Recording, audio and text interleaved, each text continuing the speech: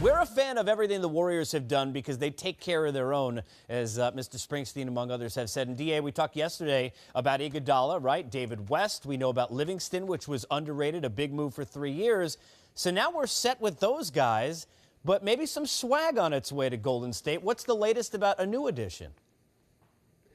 Yeah, I think at first blush you might be surprised by this, but interest between the Warriors and Nick Young is real, and it's mutual. Obviously, the Warriors know the head coach of the Lakers, Luke Walton, and the intel they got is very good on Nick Young, and they feel like he can be a part of things next season.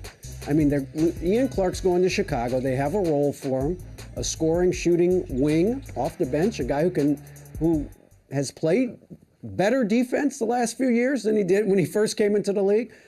And there's a track record with them with JaVale McGee last year, bringing in a guy whose reputation maybe wasn't as good when they got there, but when he got there, he played very well and filled his role out very admirably. So they feel like it's a fit. Now, they don't have the shots, they don't have the playing time that some other teams do. He did meet with the Pelicans yesterday, and that's exactly the position that they gave with him is, you can start for us, play off of Anthony Davis, play off of DeMarcus Cousins, and play off of Jrue Holiday, and we'll get you the ball.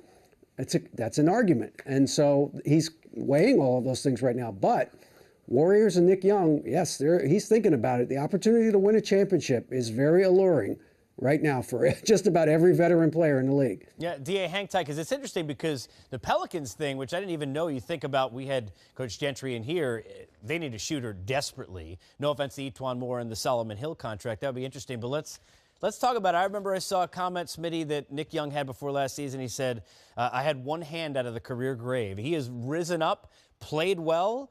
Does he fit in with a team that seemingly plays as unselfishly as anybody? Yeah, I think so with the Warriors. I think a lot of teams fit in. And I think Nick Young, like we said, I'm to the opponents too, is if you have some guys that are young, but I want to know, is he a good guy to his core? And of all I've heard and being around him, that Nick Young is a good guy. I mean, he's had some challenges off the court, but I think he's matured. He can flat out score the basketball. And the one thing that people don't realize is he's a big two guard. And he's a guy that can get his own. So I think with the Warriors, it's a perfect situation if he wants to win. But I wouldn't fault him if he wanted to go to the Pelicans, maybe have a role where he'll get more shots, get a chance to make some more money. Both those options are great for him. I would love to see him in Warriors as a fan. But I think other teams wouldn't want to see Nick Young, a guy coming off the bench with that type of productivity coming off the bench for the Warriors. Yeah, Spenny, it's like we were talking about earlier. I mean, the difference maker with the Warriors as compared to most other teams is that bench. We were talking earlier about Sean Livingston and his ability to bridge the gap offensively and defensively when, some of the big four are not on the floor. You take Nick Young, who I think is at an elite level in terms of what he does, and that is providing instant offense, a guy that can get his own shot, separate from the defense, and score in bunches like a Jamal Crawford. You take him and put him against second-line guys along with Sean Livingston on the floor when Curry's sitting or Durant is sitting, and I think all of a sudden you don't take much of a dip in terms of firepower, when you have to rest guys. And I like the fit a lot, and if culturally he can fit in, I think it's a no-brainer for the Warriors. And Casey, go ahead, sorry, yeah. but no, go ahead. And just for me, Stu, we've been around a long time. Andre Iguodala and Sean Livingston sent a message to the league that they want to win. Because both those guys, I think, could have got more money, Stu. And I think for those two guys to take the money they did, they want to win. I think that sends a huge message to the league. I obviously re-signing Curry and Durant. But with two glue guys like that, so they want to take less to keep winning, I think that's scary for everybody else. I want to find out about the finances, but I got to ask you one quick question from a building a team standpoint. Having been in that spot, the chemistry. With a team like this, I would assume it's like you're a chef. You got a great sauce. You know how good it is. If you're going to tweak it, how much more goes into now, Stu? Take us through that behind the scenes, adding anyone. Look, Iguodala, we knew. Livingston, we knew. What's there to say at dinner when they go out and meet? I mean, really.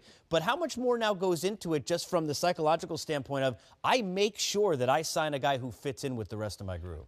You know, Casey, it's a huge issue, and it's why, you know, as we go through free agent fever here, and you talk about other teams adding multiple players to their mix, you know, a team like Minnesota, you just don't know what that formula is going to look like until you get it together. If you're the Golden State Warriors, you're in a little bit different position, right? If you're only adding like one piece, and all you need to do is make the determination of whether or not that piece will fit in with your existing players. It's a little bit easier, particularly when you come into a winning culture and a culture with great player leadership. You know, where teams have to be concerned is where they don't have that great internal player leadership. That's not the case in Golden State. So absorbing somebody like Nick Young isn't as big a concern for them as it may be other teams. Case in point, JaVale McGee, what we saw with his growth could get some money elsewhere. Speaking of money, Eric Pincus, give me a sense of, I have a feeling the taxes, you know, I lived on Long Island in a house. We complain about them. I'm pretty sure that they're not what Golden State's going to pay, especially if they bring on Swaggy, right? Yeah, well, if they were paying, let's say they were paying $130-ish million for their team before Swaggy, and they add another $5, I mean, that could bump it up like another $15 million in tax. If they get up to 140 by the time they round out the whole roster, maybe $50 million in tax. That's crazy money. So, I mean, they'll probably end up around $45 million in tax, 40. They're going to have to just be really careful to mine their numbers. But, I mean, I got to say this about Nick. I've covered the Lakers out of Los Angeles, and he's a good dude. Smitty's, he's genuinely a good person. He's kind. He means well. He does some things that are maybe immature every so often, immature 30-year-old, but, you know, who isn't? I mean, come on. He's a good dude. Eric, I got a question for the capologist. What would ticket prices look like in Golden State now?